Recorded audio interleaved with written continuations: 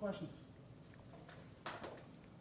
So last week, or the last game, not last week, but the last game, what was did you meet your expectations? Did you feel that the team performed in the way that you guys had, worked in practice and you perfected? Yeah, I mean, there was a lot of good things. There was a lot of things that I liked from that game, and certainly we had a lot of things that we needed to work on, and those were addressed in a very lengthy film session on whatever day we came back on, Wednesday, I guess it was.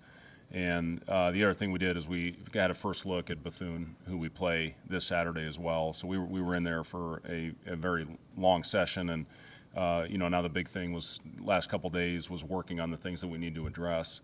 I did think we competed. I thought we competed very well. You see that team obviously is very talented with a tight game with Creighton last night, and a team that poses a lot of problems with 5 guys out there that can knock down a shot. So going into that one, I talked about this after the game. That was a very tough team to prepare for because they're very disciplined. They shoot a ton of threes, and they can get going like they did in the second half. Even when we got up 15, they made the run on us and made it a game, and then I'm proud of the guys the way they finished. I thought we really executed down the stretch, and a lot of that had to do with stringing together stops. So, now the big thing moving forward here, the challenge on Saturday, it's a very athletic team.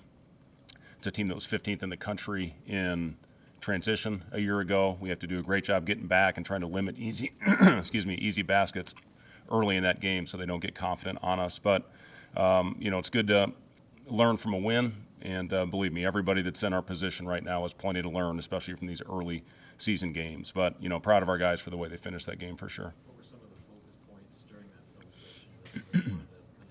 Yeah, just, we have to continue to do a better job blocking out consistently. And we chart every single one of them in practice. We do block-out drills every day. And I do think our guys have carried that over. We've had a really good week on the glass. And we ended up, I think, out-rebounding that team by 10. But they run a very unique system where they crash everybody. They run to the back and try to get long tip-outs. First half, we talked about it the other night, we give up 15 second chance. That's really what kept them in it. 15 of their 36 were second chance, and then we gave them 0 in the second half, and that's what allowed us to pull away on a couple of different stretches. The other thing is developing a killer mentality and finding a way when you get up 15 to hopefully push that thing up to 25 or 30, not letting it get back down under 5, and that's what happened. So, again, adversity, I thought we handled it pretty well for the most part. That continues to be something that I think we all worry about in this business is how you're going to handle that, because it's going to hit you every time you step on the floor. But I thought we did a solid job with handling adversity the first time we played. Developing that killer mentality, is that just a mental thing, or is there a way you train that? Yeah, you just try to put them in as many adverse situations as you can in practice and see how they handle it. Some days is better than others. It's easy to go out there and beat your chest and rah your teammate when things are going well. The challenge is how are you going to do when a team's going on a run against you. And for the most part, even when they went on their run the other night, I thought we stayed together.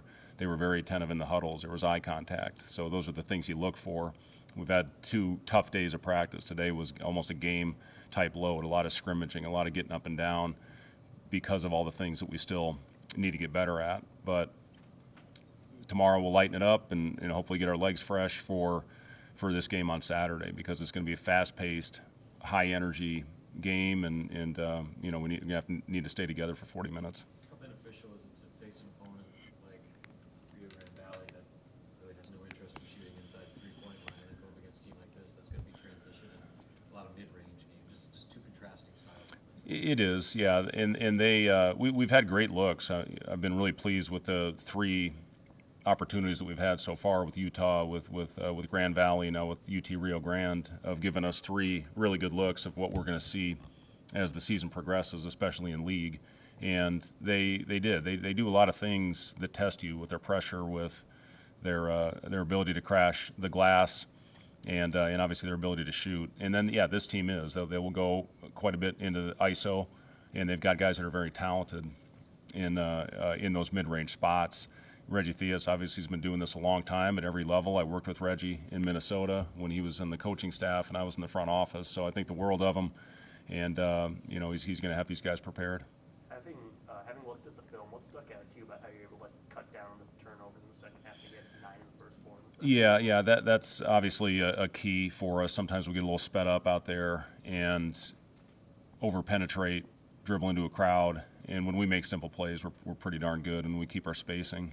And first half I thought we just got in there a little bit too deep. We had a couple, I didn't think Juwan's charge was right, and the referee admitted to me that he missed it, and then Burke's travel in the second half where he stepped on the guy's foot, and one called a foul, one called a travel. So I think for the most part we did a solid job of taking care of the ball, but we talk every day about valuing possessions, getting a good quality look on the board, and again, when we make simple plays, we're a pretty good team. When you guys are looking at things in preparation for a new season like this season, in your scheduling, do you kind of understand what your expectations are in league, and do you kind of schedule teams to kind of give you that type of feel as you progress through the season? Yeah, unfortunately, it's tricky. You have no idea what teams are going to look like when you go through the schedule. When we scheduled UT Rio Grande, they added 12 new players after the game was already scheduled. So you just really don't have any idea in today's landscape with what a roster is going to look like when you actually suit up. The St. Mary's game, we know they're going to be good. They're going to be disciplined. They're going to be tough. They're going to be able to shoot. Creighton, obviously, every year puts you in all kinds of difficult scenarios with their ability to shoot it all over the floor and their playmaking. So those the games in Hawaii are going to be very beneficial for us. We're going to play 3 good teams over there. UT Rio Grande obviously was a heck of a challenge for us. So I like the schedule, but when you're putting it together, it's hard to know exactly what they're going to look like, except for the Creightons and the St. Mary's, the game up at the Pentagon. With the three-point shooting, I guess what have you seen kind of carrying over about why that's struggled in the tests you've had so far? And I guess, do you maybe look to try to set guys up a little bit more for shots, like intentionally with design plays, like you did with Casey? Yeah, we're always going to take what the defense gives us, and I know I talked about this the other night. Our advantage was in the paint in the game. I think we had 40 in the paint, took 35 free throws, so we were going to continue to go to that until they stopped it. And we got Bryce going with a 3 play. We called for him early. We ran a couple for Connor there late, and then Gavin hit 4 of them in the exhibition, and I thought had 3 really good looks in the game the other night that I'm confident that he'll knock those down when he's open like he was. So yeah, we'll have our package when guys get it going, but again, our advantage the other night was with our size and getting the ball in the paint and getting fouled. As now you have traditional point guards. So in transitions now, is it kind of you feel that you're running for opportunities and you feel comfortable with them being able to settle things down and get into the stuff that you want them to get into? You feeling that they're becoming an extended arm of you? Yeah, 100%. And you guys saw what Raleigh. I've talked a lot about Raleigh and just how good of a job he does setting up the team. He's a calming influence out there on the floor. I thought Aaron gave us good minutes with his pace out there as well, and understanding when you have something, when you don't. I thought maybe the play of the game for us is when Raleigh brought the ball down the floor and found Connor streaking behind and hit a 3 to take it up to 7, and then we ran 2 plays for Connor the next 2, and he got a layup and he got fouled. So, those are the types of things that you want out of your point guards. And you talk about finding the hot hand and seeking out your shooters, especially in transition like he did. But yeah, you just see Raleigh's ability to back down a smaller guy and, play into the mismatch, and obviously his ability to set guys up. It's what he's done his whole career.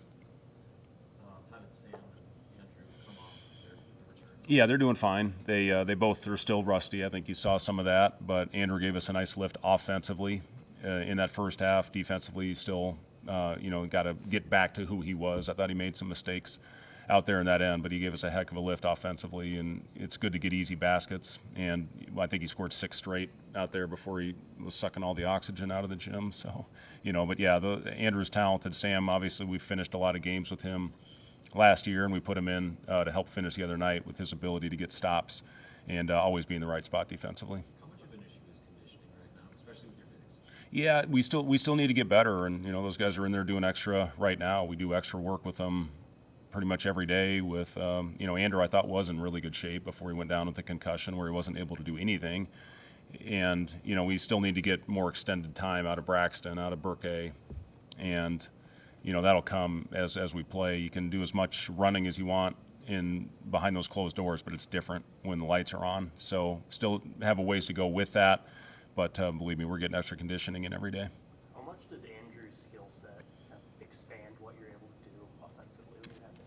Well, I just think it's a very unique package that we have this year. The guys that we can play at the 5, you have 3 completely different skill sets. Braxton's ability to put heat on the rim, duck in, punch it to him there if he can get deep post position. Andrew's more of a back to the basket and an ISO guy at the elbows. And then Burke's ability to bring the ball down the floor. We had a great back cut just in the flow of the game with Bryce there late in the first half.